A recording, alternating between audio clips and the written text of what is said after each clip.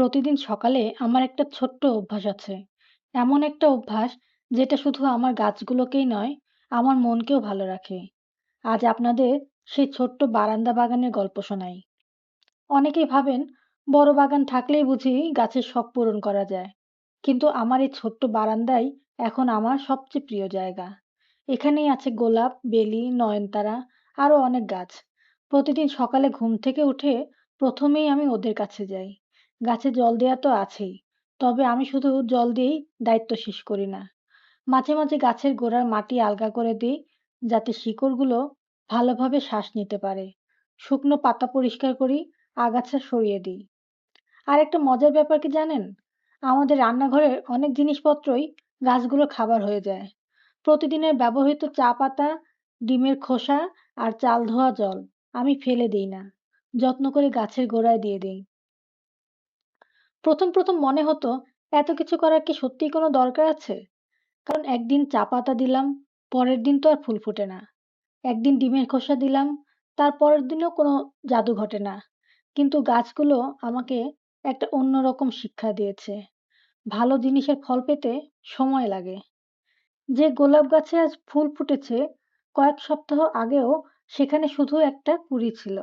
যে বেলি গাছে আজ এত ফুল, একসময় সেটাও খুব সাধারণ একটা ছোট্ট গাছ ছিল। যে নয়নতারা আজ বারান্দাকে রঙিন করে ফেলেছে, সেও একদিন এত সুন্দর ছিল না।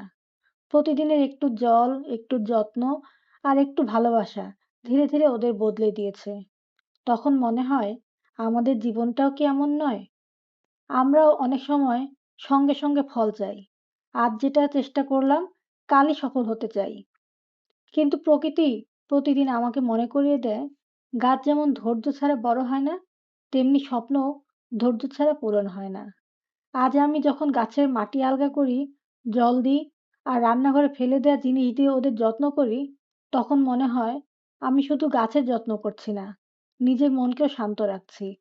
এই ছোট্ট বারান্দা বাগান আমাকে শিখিয়েছে জীবনের সুন্দর জিনিসগুলো একদিনে তৈরি হয় না।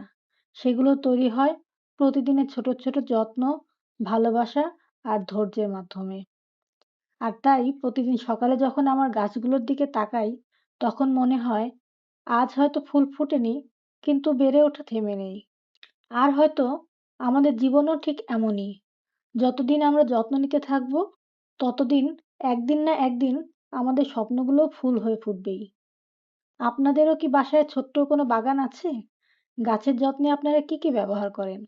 কমেন্টে জানাতে ভুলবেন না। আর ভিডিওটি ভালো লাগলে লাইক দিবেন এবং সাবস্ক্রাইব বা ফলো দিয়ে সাথেই থাকবেন। আজ এ পর্যন্তই।